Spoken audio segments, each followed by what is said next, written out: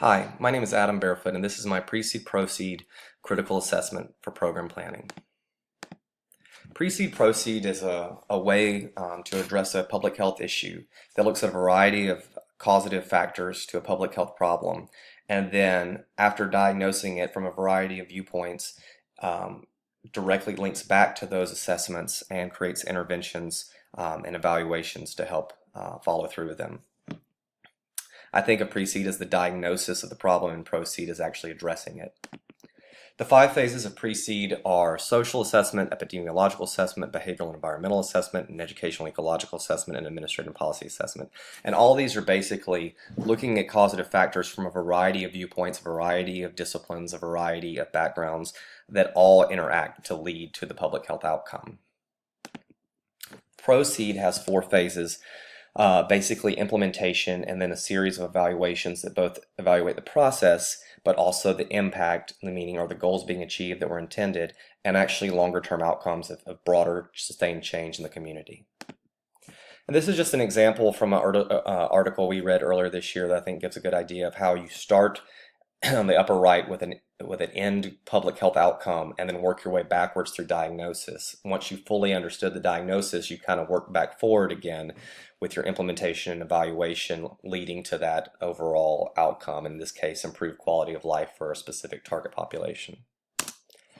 Strengths of PRECEDE is it's a conceptual framework as well as a planning model. So there's a kind of a broad way of thinking about the problem as well as a practical planning tool. It's evidence-based with all the assessment data. It looks at the whole community, so we're looking at change on a broad level, not an individual level. It has combined efforts from a variety of stakeholders and groups, and it helps treat underlying disease, not just symptoms. And I mean that in a population level way. Weaknesses are that it is difficult to sometimes getting all this background data. It's not always readily available. Interventions are combined, which was I listed as a positive, but it also can be a negative because it's hard in practical terms to sometimes organize all these people and get everybody on board and on the same page. It may require significant time and resources, and kind of a subsegment of that is for urgent public health interventions. You may not have time to do all the assessment necessary to have a predictable intervention. With a specific diabetes case study, I found that I incorporated a community-based participatory research project which worked well with this type of PRECEDE structure. It helps understand community concerns, the broad background of causative factors, and creates a predictable intervention with a built-in evaluation for quality improvement moving forward. It's very fluid. The challenges, like I said, are the time frame, practical resource availability in this very poor rural population. Getting data on the same population can be challenging even with a variety of resources at your disposal. And the target population has a lot of different issues. So there's a lot of other things even outside of diabetes that need to be addressed, and that can make focusing on this very difficult for them. With my diabetes intervention in Wilcox County, I used a community-based participatory research project which was going to be established as indicated by the PRECEDE model, where we were going to have quarterly church health fairs with focuses on education and awareness for health, as well as the diabetes foot and blood checks, and also get feedback from the community directly with surveys and focus groups.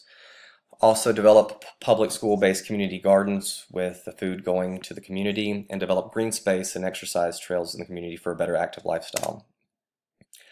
Now, if I look back on it, what would I do differently with this particular project? I think I would create the community-based participatory research group first and have their input with a community advisory board on actually planning out the PRECEDE. They could help with the assessment, but I think establishing that first would be helpful. I would also look at maybe some longer term interventions. We had a 2-year timeline here, but if we had an opportunity for more grant money, we would have to be ready to show how we could expand the program, both in terms of time as well as to other areas of the state or region as a whole. I appreciate your time. These were the sources I used, and thank you.